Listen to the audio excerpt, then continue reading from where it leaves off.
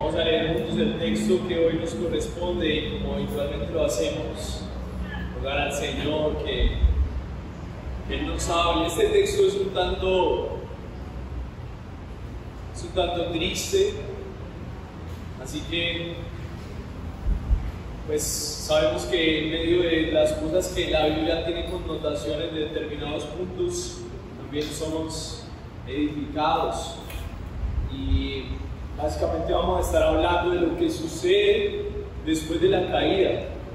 ¿Qué sucedió después de la caída? Y cómo recuerden que Génesis tiene el propósito de preparar al pueblo de Dios para llegar de la forma correcta a la tierra prometida. Así que cada uno de los acontecimientos que el pueblo de Dios vivió antes de llegar a la tierra prometida son una manera en la que el pueblo de Dios puede aprender qué debe hacer ¿qué no debería hacer? Uno de los propósitos a través de este texto que Moisés usó es ayudarle a entender al pueblo de Dios que el pecado lo destruye todo. El pecado tiene una capacidad de destruir todo y que efectivamente al llegar a la tierra prometida ellos deberían de dominar ese pecado, deshacerse de él. Y eso es lo que vamos a ver en el capítulo 4 de Génesis, del versículo 1 al 26. Vamos a leer juntos. Y vamos a leer en esta connotación del propósito que Dios tenía al proclamar esta palabra al pueblo de Dios antes de entrar a la tierra prometida. Y después, cómo eso aplica a nosotros. La palabra del Señor dice así, Génesis 4, versículo 1, dice: y el hombre se unió a Eva, su mujer, y ella concibió, dio a luz a Caín y dijo: he adquirido varón con la ayuda del Señor. Después dio a luz a Abel, su hermano, y Abel fue pastor de ovejas y Caín fue labrador de la tierra. Al transcurrir el tiempo, Caín trajo al Señor una ofrenda del fruto de la tierra. También Abel, por su parte, trajo los primogénitos de sus ovejas y de la grasa de los mismos. El Señor miró con agrado a Abel y su ofrenda, pero no miró con agrado a Caín y su ofrenda. Caín se enojó mucho y su semblante se demudó. Entonces el Señor dijo a Caín: ¿por qué estás enojado y por qué se ha demudado tu semblante? Si haces bien, no serás aceptado, pero si no haces bien, el pecado yace a la puerta y te codicia, pero tú debes dominarlo. Caín dijo a su hermano Abel: vayamos al campo. Y aconteció que cuando estaban en el campo, Caín se levantó contra su hermano Abel y lo mató. Versículo 9. Entonces el Señor dijo a Caín: ¿dónde está tu hermano Abel? Y él respondió: no sé, ¿soy yo acaso guardián de mi hermano? Y el Señor le dijo: ¿qué has hecho? La voz de la sangre de tu hermano clama a mí desde la tierra. Ahora pues, maldito eres de la tierra, que ha abierto su boca para recibir de tu mano la sangre de tu hermano. Cuando cultives el suelo, no te dará más su vigor. Vagabundo y errante serás en la tierra. Y Caín dijo al Señor: mi castigo es demasiado grande para soportarlo. Hoy me has arrojado de la superficie de la tierra y en tu presencia me esconderé. Seré vagabundo y errante en la tierra. Y sucederá que cualquiera que me halle me matará. Entonces el Señor dijo: no será así, pues cualquiera que mate a Caín 7 veces sufrirá venganza. Y el Señor puso una señal sobre Caín para que cualquiera que lo hallara no lo matara. Y salió Caín de la presencia del Señor y se estableció en la tierra de Nod, al oriente del Edén. Conoció Caín a su mujer y ella concibió y dio a luz a Enoc. Caín edificó una ciudad llamada Enoc como el nombre de su hijo. A Enoc le nació Irad. Irad fue padre de Meujael y Meujael fue padre de Metusael. Y Metusael fue padre de Lamec y Lamec tomó para sí 2 mujeres. El nombre de una era Ada, el nombre de la otra era Sila, y Ada dio a luz a Jabal, el cual fue padre de los que habitan en tiendas y tienen ganado. Su hermano se llamaba Jual, el cual fue padre de los que tocaban la lira y la flauta. Sila a su vez dio a luz a Jual Caín, forjador de todo lo que utensilio de bronce y de hierro, y la hermana de Tubal-Caín era Naama. Lamec le dijo a sus mujeres, Ada y Zila: oiga mi voz, mujeres de Lamec, presten oído a mis palabras, pues he dado muerte a un hombre por haberme herido, y a un muchacho por haberme pegado, y 7 veces es vengado Caín. Entonces Lamec lo será 70 veces 7. Adán se unió otra vez a su mujer, y ella dio a luz un hijo, y le puso por nombre Set, porque dijo ella: Dios me ha dado otro hijo en lugar de Abel, pues Caín lo mató. A Set le nació también un hijo, y le puso por nombre Enos. Por ese tiempo comenzaron los hombres a invocar el nombre del Señor. Mis hermanos, esta es la palabra de Dios, y estamos convencidos de que su palabra tiene un mensaje directo a su pueblo en esta mañana, y nosotros vamos a corresponder a la proclamación de Dios y su palabra, rogando a Él mismo y a su Espíritu que disponga nuestros corazones para que su palabra sea lo que tiene que ser para nosotros. Señor, en esta mañana venimos nuevamente rogándote que por favor nos ayudes a corresponder el llamamiento que has hecho a tu pueblo para escuchar tu palabra. Que tu siervo, Señor, pueda tener la humildad de someterse a lo que tú deseabas transmitir al pueblo en ese momento, y que esa misma intención sea proclamada el día de hoy. Que tu pueblo pueda decir amén, someterse a ella y vivir conforme a tus propósitos, con la ayuda de tu Espíritu, solamente por la gracia del Evangelio. Que Cristo sea exaltado y los hombres sean humillados a la luz de tu palabra. Señor, te lo rogamos en el nombre de Cristo Jesús. Amén. Mis hermanos, esta es la palabra de Dios, y que tiene oídos para oír, que oiga. El nombre del sermón, el nombre que le he puesto al sermón hoy, es un Salvador que clama por su pueblo. Un Salvador que clama por su pueblo. Y durante este tiempo vamos a ver 3 porciones que van a ayudarnos a extractar ese énfasis que Dios tiene a través de esta porción. Y el primer punto será: el pecado tiene consecuencias de muerte, debes dominarlo. Lo vamos a ver en los versículos del 1 al 9. El segundo punto será: hay una sangre que clama por justicia y perdón a tu favor. Y esto lo vamos a ver del versículo 10 al 16. Y por último vamos a ver, el último punto será: el Señor preserva un linaje justo. Y lo vamos a ver desde el versículo 17 al 26. Yo quiero que recuerdes que una de las cosas que va a hacer conexión en este tiempo es que efectivamente, a causa del pecado, la única manera en la que el ser humano puede hallar la justicia delante de Dios es recordando que Cristo es tu justicia. La sangre de Cristo clamó por tu libertad, por lo tanto hoy domina el pecado que trae maldición. Si algo que quiero que te lleves hoy es que Cristo hizo justicia, y la sangre de Cristo clamó por tu libertad, y por lo tanto, siendo libre hoy, domina el pecado que trae maldición en tu vida. Cristo hizo justicia, su sangre clamó por tu libertad, domina el pecado que trae maldición. Mis hermanos, una de las cosas que vemos efectivamente no solamente es cómo Caín mató a Abel, sino cómo vemos que el elegir efectivamente en Adán y Eva desobedecer a Dios está trayendo como fruto la muerte. Cuando el Señor dijo: ciertamente morirán, vemos el reflejo de la caída, de la traición al Señor y del pecado reflejado en este primer asesinato de la humanidad. Oh, cuán atroz debe ser a los ojos de Dios, creador de la armonía de los seres dispuestos a amarse, ahora asesinarnos. Y esto también es un reflejo en todo lo que vemos. Esta semana hablábamos con un deseo de conectarnos emocionalmente con la realidad de los niños en Gaza frente a un bombardeo que ustedes ya han escuchado y que según la ONU ha sido calificado como definitivamente uno de los hechos más atroces en la historia. Al haber visto a la altura de lo que pasaba en los genocidios de las Segundas Guerras Mundiales, me recuerda la historia de un niño que con su escasa piel apenas contiene la columna vertebral y las costillas, que así se escapan de su pequeño cuerpo.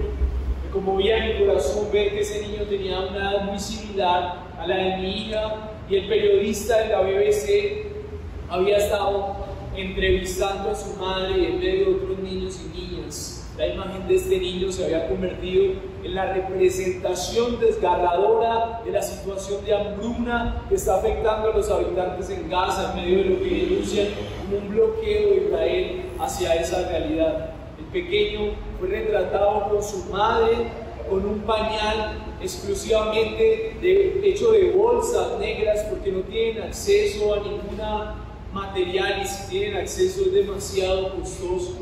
El entrevistador, el periodista, describió esta situación como un testimonio desgarrador. El niño pesa 6 kilos con solamente 1 año y medio, cuando antes pesaba 9 kilos. Comía y bebía con normalidad, pero por la escasez de comida y la situación en la que estamos, él está sufriendo ahora una desnutrición severa y se lamenta mientras su madre le sostiene en sus brazos. Mis hermanos, qué triste realidad. Y solamente esto, por ser mediático, nos recuerda que esto mismo está pasando en Colombia, seguramente en los lugares más pobres, seguramente en nuestra ciudad. Y todo esto es un reflejo de cómo el pecado ha gobernado de tal manera la vida de los seres humanos, que ahora coaccionamos sus derechos, les asesinamos, usamos el poder y la opresión para controlar los intereses que nos convienen. Y no solamente vemos eso en Gaza y en Colombia con la gente pobre, lo vemos en nuestros propios hogares, cuando nuestro pecado va encima de los demás. Lo vemos en nuestros propios hogares cuando el orgullo divide nuestros matrimonios, cuando la disciplina hacia nuestros hijos es opresiva, pero también cuando el pecado permite que la injusticia reine en nuestros hogares y reine en nuestras ciudades. Cuando como cristianos nos reputamos el derecho y el llamado que Dios nos ha hecho de ser esos ciudadanos que fructifican, que multiplican, que son enviados para reflejar la imagen de Dios, vemos el mismo reflejo de este niño en Gaza. Tal vez una iglesia desnutrida que le hace falta alimento y que necesita encontrar en su Señor la oportunidad de reflejar la imagen de Dios en un mundo caído y quebrantado. Así que para eso vamos a empezar con nuestro primer punto, y es: el pecado tiene consecuencias de muerte, debes dominarlo. Y lo que vemos en el texto es que en el versículo del 1 al 9 vemos la hermosa imagen en donde Dios da la oportunidad a Adán y Eva de gestar hijos. Lo que Dios estaba pensando con el propósito que vemos en el versículo 1: y el hombre se unió a Eva, su mujer, era la reproducción de una generación que iba a reflejar la imagen de Dios. Lo que vemos es que Eva concibió y dio a luz primeramente a Caín, y dijo con alegría: he adquirido varón con la ayuda de Dios. Ella glorificó a Dios por ese primer hijo, que sabía que era de bendición. El versículo 2 dijo: después dio a luz a Abel, su hermano, y fue Abel pastor de ovejas y Caín labrador de la tierra. Lo que vemos en la escena es que al transcurrir el tiempo, ellos parece ser que Dios ya les había mostrado de alguna manera cómo honrarle con los bienes. No podemos asegurar que el sistema sacrificial se haya dado, pero lo que sí podemos asegurar es que, al igual que nosotros hoy, había una conciencia de la grandeza de Dios. Por lo tanto, como reflexionábamos también en la reflexión de las ofrendas, nuestra necesidad de honrarle con nuestras vidas y con lo que tenemos. Entonces, Caín trajo al Señor, dice el versículo 3, un fruto de la tierra. Y la única manera en la que se describe a Caín trayendo ese fruto es que lo trajo. Pero cuando vemos la comparación frente a lo que Abel hizo como ofrenda, lo que estamos viendo es varias características que nos hablan del corazón de Abel al traer una ofrenda para la gloria de Dios. Lo que vemos en la descripción de Caín es que Caín trajo una ofrenda que era un fruto de la tierra, porque él era agricultor. Lo que quiere decir era que era válido que él presentara estas ofrendas No quiere decir que porque Abel ofreció una oveja era una ofrenda mejor. Lo que estamos hablando aquí es la comparación y los atributos de las ofrendas. Por ejemplo, hoy podríamos decir que no es más válido una ofrenda de un rico porque tiene una gran cantidad. Lo que es válido es las características o la naturaleza de esa ofrenda. El versículo 4 dice que la ofrenda de Abel se caracterizó porque era de los primogénitos de sus ovejas. Lo que quiere decir era que era lo primero que nacía, y también lo que describe la ofrenda dice la grasa de los mismos. En muchas ocasiones esto se habla de la calidad de ese ganado. Él estaba ofreciendo, siempre lo sabemos cuando vamos a las carnicerías, las carnes más costosas son las carnes que tienen ese pedazo de grasa de mejor calidad. Y en este caso, las características de la ofrenda de Abel estaban diciendo que Abel se había preocupado por traer lo primero y lo de mejor calidad. Y por lo tanto, lo que dice, consecuente a esas dos ofrendas, dice que el Señor miró con agrado a Abel y su ofrenda. Es decir, el Señor vio en la ofrenda de Abel el reflejo de lo que había en su corazón. Pero dice en el versículo 5 que no miró con agrado a Caín y su ofrenda. Entonces, mirar con agrado, en el idioma original, una de las palabras que traduce aquí es mirar con respeto. O sea, es decir, Dios tomó como importante ese hecho que Abel estaba haciendo. Mis hermanos, nosotros nunca vamos a hacer que nuestras ofrendas manipulen el brazo de Dios. Nuestras ofrendas no hacen que nosotros le torzamos el brazo a Dios para que Él nos bendiga más. Eso es lo que hemos conocido como la teología de la prosperidad. Pero por otro lado, lo que sí debemos saber es que la manera en la que nosotros entregamos nuestras vidas, también nuestras ofrendas, son un reflejo de la actitud que nosotros tenemos frente al Señor. Así que si nosotros estamos entregando lo primero, si nosotros estamos entregando lo mejor, eso refleja que en nuestro corazón el Señor tiene una prioridad alta y al mismo tiempo para Él es lo mejor, porque le amamos en la dimensión de que Él es lo mejor también para nosotros. Como resultado, entonces vemos que Dios respeta a Abel porque Abel también teme a Él. Abel respeta al Señor y lo representa en la manera en la que ofrenda. Así que una característica quiso destacar Moisés de este acontecimiento, y es que cuando Caín vio que la ofrenda de Abel fue tomada con agrado, Caín, dice la palabra del Señor, se enojó mucho y su semblante se desnudó. Dice que lo que pasó ahí es que en ese momento él entró en resentimiento. Y no era un resentimiento que era solamente con Abel, tal vez como muchos mencionan, tal vez por envidia, sino que su resentimiento por el actuar de Dios.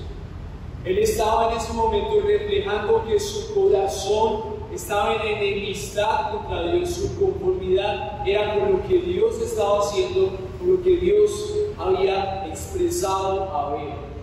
Y por lo tanto, esa inconformidad con Dios produjo como fruto esto que la palabra de Dios menciona, demudó. El comentarista Matthew Henry, puritano, dice que Caín se enfureció profundamente, lo cual se reflejó en su expresión. Su semblante se desanimó, lo cual denota no tanto su dolor y descontento, sino como también su malicia y su rabia. Su semblante se oscureció y su mirada fue abatida. Delataban estas acciones su profundo resentimiento. Su rostro mostraba maldad y su expresión testificaba en su contra. Su ira revelaba su enemistad contra Dios y su indignación contra Él por haber hecho tal diferencia entre su ofrenda y la de su hijo. El comentarista dice que la actitud correcta de Caín debió haber sido enojarse con él mismo por no haber dado lo mejor para Dios. arrepentirse porque su vida no estaba reflejando esa ofrenda a la altura del Dios que le había dado todo lo que a él le pertenecía por gracia. Pero en lugar de eso, Caín mostró un resentimiento contra Dios que reflejaba que desde antes Caín no tenía una relación cercana con el Señor, sino que esta acción tal vez fue una gota que rebosó la copa de su enemistad contra Dios. Mis hermanos, Cristo hizo justicia y su sangre clamó por libertad, domina el pecado que trae maldición. Y lo que vemos es el actuar misericordioso del Señor, aprovechando el momento en donde el pecador expone lo peor de su corazón y entra en una conversación en donde él espera reconvenirlo. Mis hermanos, toda esta historia nos habla de dos cosas.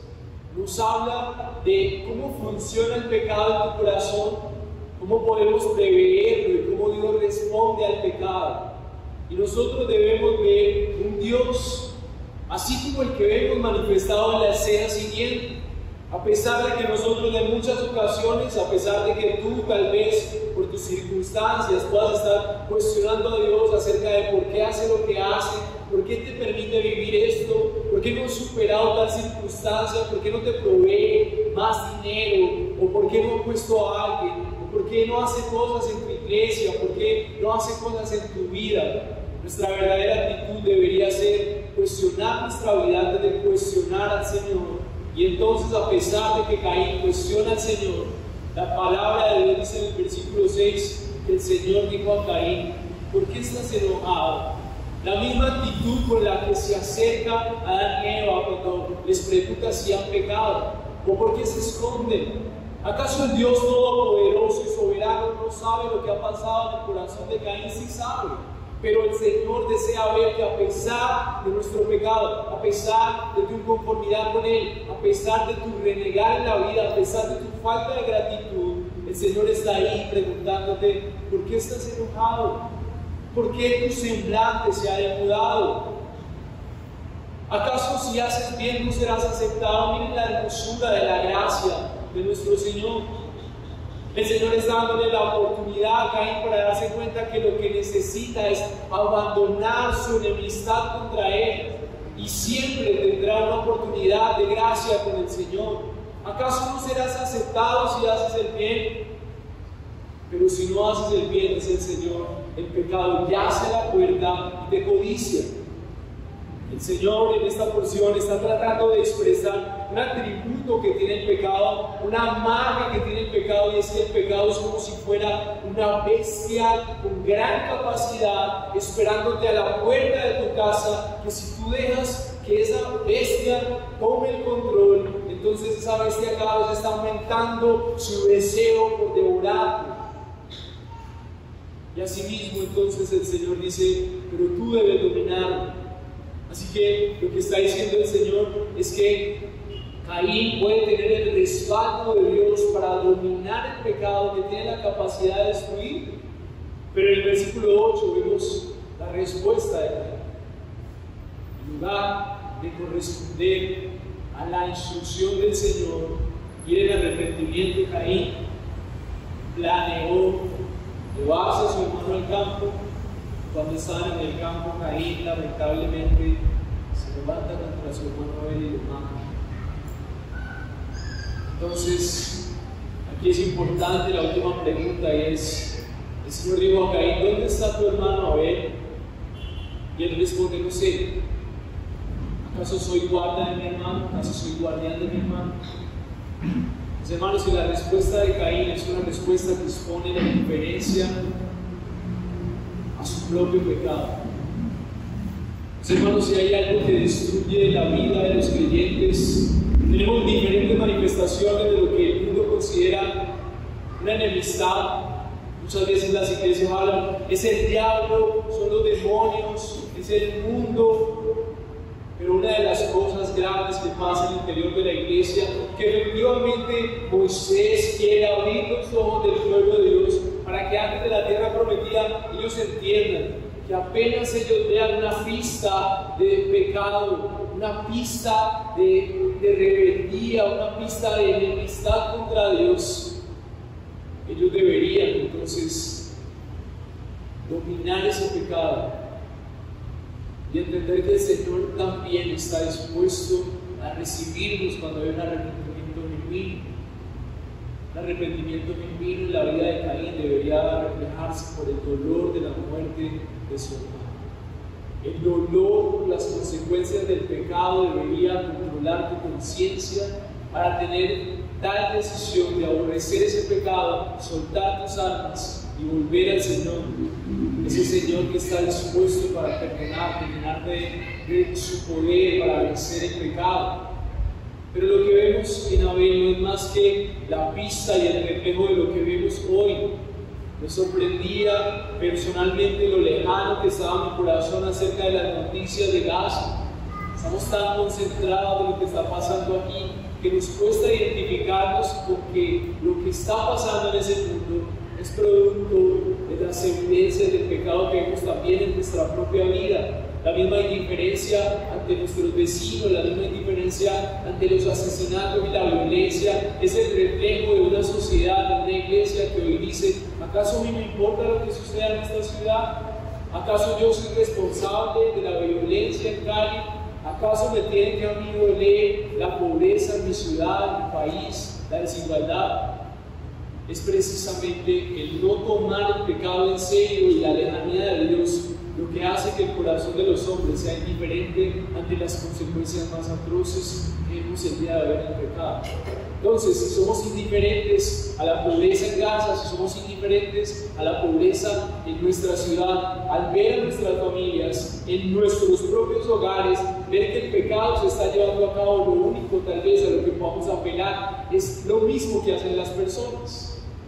Los que no conocen a Dios les encanta señalar al capitalismo, les encanta señalar a las injusticias, les encanta señalar a las personas que no están haciendo el bien. Y eso está bien señalar, porque debe haber algo que se haga justicia. Está bien que la espada del gobierno la haga, pero los ciudadanos del reino en este momento no están aquí para señalar cuando una persona en el hogar está cometiendo el pecado. Nuestro anhelo es que ellos vean al Dios de gracia, que es el único que puede transformarles.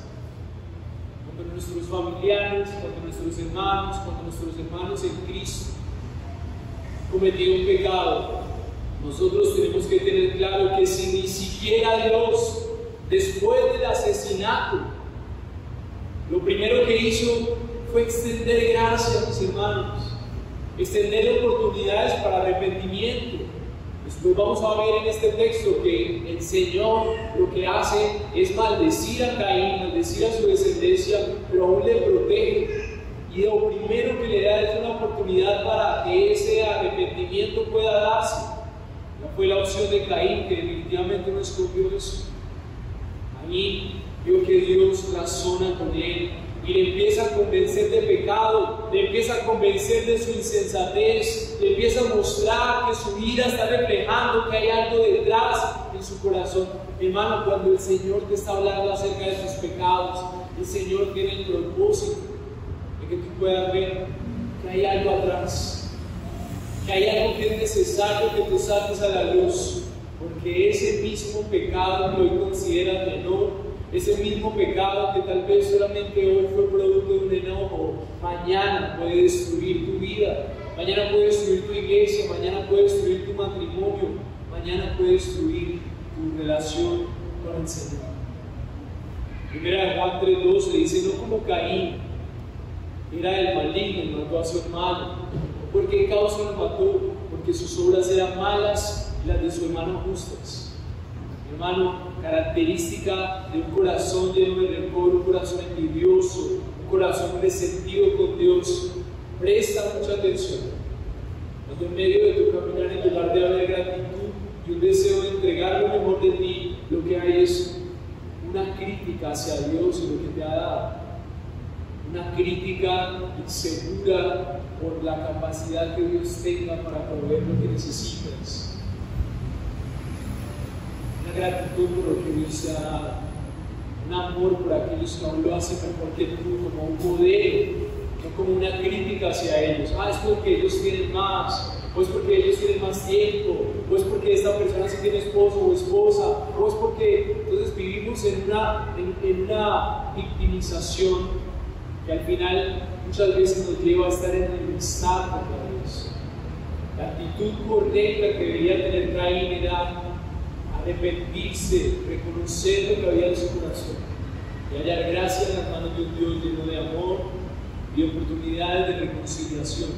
Mi hermano, Cristo hizo justicia por ti, su sangre clamó por tu libertad, domina el pecado que trae maldición. Mis hermanos, Caín no se molestó solamente por algo superficial, algo había en el fondo de su corazón. Yo quiero que hoy esta historia te recuerde que tu ira, que tu falta de gratitud, que tu falta de ofrendar con la manera y el corazón correcto están reflejando una desconexión con el Señor.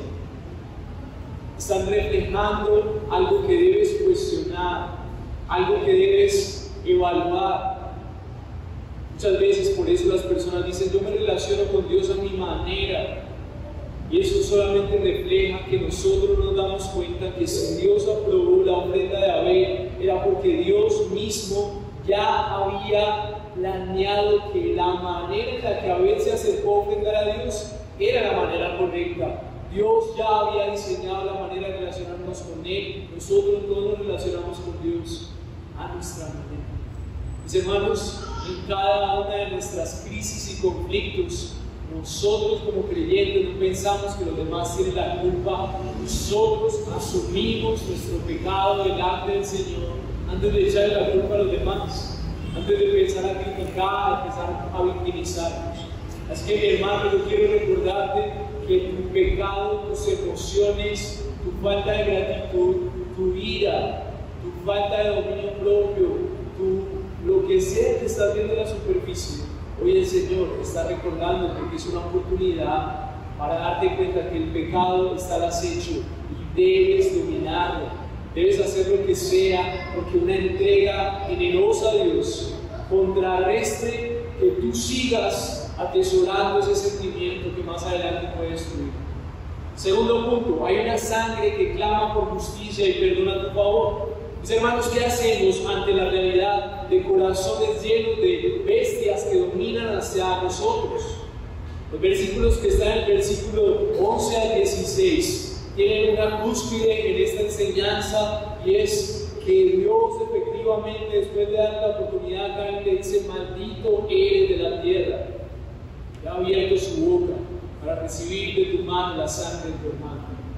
Es decir, el Señor está dando el correcto juicio por el asesinato que Caín está haciendo, y está diciendo las consecuencias. Cuando cultives el suelo no te dará más su vigor. Él está hablando de consecuencias aún más nefastas que le había dado a Abel, que le había dado a Adán. Y ellos estaban viviendo la caída de un mundo de muerte, las consecuencias de un trabajo forzoso que le iba a costar. Vagabundo y errante serás en la tierra, dice, una clase de vida producto de su desconexión con Dios le iba a llevar a ser esa persona que está perdida en el mundo. Recuerda las palabras del Señor Jesús: todo aquel que no crea no se pierde. La conexión con Dios es la única manera en la que el ser humano puede encontrarse a sí mismo, ser feliz y realizarse, porque fue creado por Dios. Pero la desconexión que Dios expresa en Caín trae como fruto una vida vagabunda y errante. Mis hermanos, el pecado tiene consecuencias y por eso debemos dominarlo. El pecado, atesorar tu falta de gratitud, atesorar los pecados que crees pequeños, son un grave peligro. Debes procurar con todas tus fuerzas dominarlo. Debes procurar con todas tus fuerzas superar esa enemistad que en algún momento sientes en alguna área con Dios, o tal vez en toda tu vida. Es necesario tratar con el pecado. Es necesario hacer lo que sea necesario, porque el pecado no nos gobierna. Versículo 13 dice: Caín dijo al Señor: mi castigo es demasiado grande para soportarlo. Me has arrojado a la superficie de la tierra y de tu presencia me esconderé. Mis hermanos, lo que vemos aquí es una desconexión total. Algo que está buscando el enemigo y quiere el pecado es no solamente destruir tu vida, sino que el objetivo más importante es destruir tu relación con Dios. Una vez que tu relación con Dios sea destruida, entonces el pecado tendrá absoluto dominio de tu vida, endurecerá tu corazón y no habrá oportunidad entonces de que tú mismo puedas salir de ahí, a no ser que, así como dice este punto, cuando Dios habla acerca de lo que está pasando con la sangre de Caín, el Señor está diciéndole a Caín, está diciéndole: ahora pues maldito eres de la tierra que ha abierto su boca para recibir de la mano la sangre de tu hermano. Cuando la palabra de Dios está hablando de la sangre de tu hermano, la sangre representa la vida. La sangre representa la vida, y no solamente la vida, sino la vida del primer humano muerto. El primer humano que Dios había creado para su gloria, pero que en este momento habría sido asesinado por su propio hermano. El Señor manifiesta también en estas porciones: la sangre de tu hermano clama desde la tierra. Lo que se está refiriendo en esta porción, lo que está refiriendo el Señor a través de Moisés en esta porción, era que, así como dice el versículo 10, y el Señor le dijo: ¿qué has hecho? La voz de la sangre de tu hermano clama a mí desde la tierra. Lo que está diciendo aquí, cuando la palabra usa clama a mí desde la tierra, es como la evidencia de que la sangre de Abel estaba en la tierra. Es una señal para Dios justo de que debe hacer justicia. Entonces, lo que está diciendo el Señor es que hay una sangre de Abel que está gritando a Dios: haz justicia ante tal injusticia. Ejecuta la condena al culpable. Pero mis hermanos, este acontecimiento es un acontecimiento hermoso, porque Hebreos 12:24 conecta, dice que Jesús es el mediador del nuevo pacto y la sangre rociada habla mejor que la de Abel. Mis hermanos, lo que nos está recordando la sangre de Abel es que Jesús sería el mejor y verdadero Abel. Si la sangre de Abel estaba clamando que se haga justicia en la tierra, lo que estaba clamando Jesús, que se ejecute el perdón, porque la justicia se derramó sobre Jesús. Jesús recibió la justicia que merecía Abel, el castigo atroz que merecía Abel por haber asesinado a su hermano. La indiferencia de un mundo que asesina a los hombres por políticas, la falta de perdón y el orgullo entre los matrimonios, la oscuridad más nefasta en el escenario de una violación de un hombre lleno de maldad hacia mujeres inocentes, cómo se comercializan los órganos de víctimas inocentes, cómo este mundo ve las tinieblas que son producto del pecado. Todas esas culpas fueron ejecutadas en su condena con Cristo en la cruz. Así que mientras la sangre de Abel decía que se haga justicia, el perfecto mediador hizo un nuevo pacto para que ahora el pueblo de Dios no reciba la ira de Dios a causa de sus pecados, sino que su sangre clama delante del trono de Dios: perdónalos, yo he recibido la justa condena y he venido para asumir en la cruz el pago por lo que las tinieblas del pecado merecían. Perdónanos. Por eso la sangre de Cristo habla mejor que la familia, porque la sangre derramada en Cristo dice: se hizo justicia. Cuando el Salvador y el perfecto intercesor dijo: consumado es, lo que quería decir es que se hizo justicia los pecados de los terribles y aún los del pueblo que Dios había llamado para su gloria, pero que traicionó. Fueron ahí pagados justificados por Jesús. El Evangelio no solamente es una sangre derramada por perdón, sino también la sangre que clama a su Padre que se haga justicia a los infractores. Por esa justicia se derramó sobre él. Él reemplazó a los asesinos, Él reemplazó a los violadores, Él te reemplazó a ti en tu indiferencia ante las realidades del mundo, tu falta de ofrendar como deberías darlo. Él te reemplazó en la cruz. Nuestras ofrendas son como las de Caín, mis hermanos. Lo último, lo que sobró, nuestras ofrendas y nuestra entrega al Rey de Reyes, muchas veces son ofrendas que nunca llegarían a la altura de la ofrenda de Abel. Pero el Señor murió por personas como tú y como yo, que no tenían la capacidad de ofrendar de la manera correcta, y por eso el recordatorio hermoso del día de hoy es: Cristo hizo justicia por pecadores como tú. Cristo hizo justicia por tu indiferencia, por tu falta de ofrendar como deberías. Su sangre clamó por tu libertad, pero asimismo, como eres libre, domina el pecado que trae maldición a tu vida, y sé coherente a lo que Dios te ha dado como libertad. Y por eso este último punto que vemos es que a partir del versículo 27, el versículo 17 al 26, vemos que a pesar de lo que estaba sucediendo con Caín y la maldad que veíamos, toda esta descendencia que vemos descrita es como Moisés está mostrando que a pesar del pecado, a causa de su poder, el Señor reserva un linaje justo. Mis hermanos, hoy tenemos la certeza de que a causa de la justificación que Dios hizo en la cruz, Cristo va a hacer de su iglesia ese linaje justo. Cuando su iglesia crea que a pesar de que su vida no es la ofrenda que debería ser, pero a pesar de eso Cristo murió por ellos y son perdonados, esa iglesia va a ser como esa descendencia que vemos finalizar en Seth, que Seth fue el reemplazo de Abel. Dios da un nuevo hijo, y de la descendencia de Seth proviene Cristo, y de la descendencia de Cristo proviene su iglesia, y por lo tanto Seth es el cumplimiento de que a pesar del pecado del hombre, Dios promete preservar un linaje que sí va a poder dar una ofrenda a su altura, porque esa descendencia viene aquel hombre que dio el perfecto sacrificio, la mejor ofrenda delante de Dios, abolió todos los sacrificios y ha dado una ofrenda perfecta en tu lugar, delante del trono del Rey de Reyes.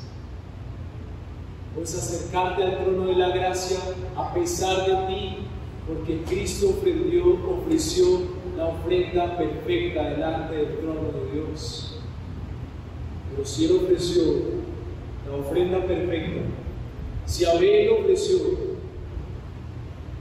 un mejor sacrificio a Dios que Caín, fue producto de su fe en el Señor, mis hermanos. Él creía quién era Dios. Por lo cual Hebreos 11:4 dice: por la fe Abel ofreció a Dios un mejor sacrificio que Caín, por lo cual alcanzó el testimonio de que era justo, dando a Dios testimonio de sus ofrendas, y por fe, estando muerto, todavía habla. Mis hermanos, lo que dice la palabra de Dios es que aquellos que realmente han confiado en que Cristo ofreció el perfecto sacrificio que lo justifica delante de Dios, darán ofrendas a la altura del Dios que intercedió por ellos. No solamente hablo de las ofrendas económicas, sino que su vida será un testimonio de la altura, de la gratitud que nosotros tenemos, que aún con tal testimonio de la vida de Jesús todavía seguimos dando vidas indignas, pero ese perfecto intercesor está hoy delante del trono, intercediendo por ti, ofreciendo cada día delante del trono intercesión, apelando a la cruz que te reemplazó, en la cual eres perdonado y aceptado, pero tu vida debe ser coherente, y hoy debe ser el día en donde tú evalúes si tu vida es una ofrenda a Dios y en tu corazón tú estás dando lo primero y lo mejor. Si no es así, tal vez necesitas recordar que hubo uno que entregó lo primero y lo mejor para que hoy tú vivas coherente a que existe un Dios que demanda que vivas como ese linaje que Él prometió preservar. Si por la fe Abel ofreció a Dios un mejor sacrificio que Caín, entonces tu vida será en contraste a la vida indiferente de este mundo, mucho más diferente. Tu forma de vivir y servir al Señor reflejará que te interesan los niños de Gaza, que te interesan las violaciones, que te interesan los asesinatos, pero también te interesan tus propias mentiras, indiferencia hacia Dios. Te interesa la indiferencia de tu esposo, tu esposa hacia el Señor. Te interesa la indiferencia de cualquier creyente. ¿Por qué hoy no han venido? ¿Por qué no son apasionados por Dios? Porque su vida no está manifestando esto y todos deberíamos estar apasionados por decirle al Señor gracias. Porque delante de tu trono, Señor, ya no tengo que hacer sacrificios para ser aprobado. Tú hiciste el mejor sacrificio. Ahora mi ofrenda será entregarte todo lo que soy, mientras trabajo y hago lo que sea. Y me preocupan los niños de Gaza, pero aunque no puedo hacer nada directamente con ellos, estableceremos como iglesia una nación santa que produzca familias en una sociedad que cada vez está más oscura. Será tu propósito y pasión en la vida dejar un legado de tal manera que tu gratitud a Dios y tu fe a Dios sea una evidencia delante del trono del Señor y delante de esta sociedad que ve que tu vida es una ofrenda de olor grato delante de Dios. Yo te ruego que esa sea tu realidad. El pecado tiene consecuencias de muerte, por lo tanto, persíguelo y domínalo. Te puede matar, puede acabar con lo que más amas. Gloria a Dios por la iglesia que nos permite ver nuestro pecado. Hay una sangre que clama justicia y perdón a tu favor. Abraza que el perdón de Cristo es libertad para que vivas una vida coherente a Él. Abraza que ya eres justificado, perdonado y por lo tanto eres libre. Y debes ser coherente a ese Señor que va a preservar un linaje justo para su gloria. Mis hermanos, recordemos nuestra realidad, en que hemos puesto nuestra confianza. Es en aquel Cristo que hizo justicia a tu favor. Su sangre clamó por tu libertad. Domina el pecado que trae maldición. Hoy es el día donde debes evaluar el pecado más mínimo, la falta de gratitud más mínima al Señor. Es un gran monstruo que quiere alejarte del único que puede darle gracia. Qué gran privilegio que podemos escuchar de la mano de Moisés la advertencia a un pueblo que iba a entrar a una tierra prometida, pero que tenía que recordar el pecado debe ser exterminado. Y hasta que muramos debemos de correr la batalla, entendiendo que Cristo nos liberó del pecado. Nosotros debemos de vivir en victoria con respecto a eso, o luchando hasta la muerte, hasta que Cristo nos encuentre en la lucha, porque Él es digno de toda nuestra entrega. Oremos, mis hermanos.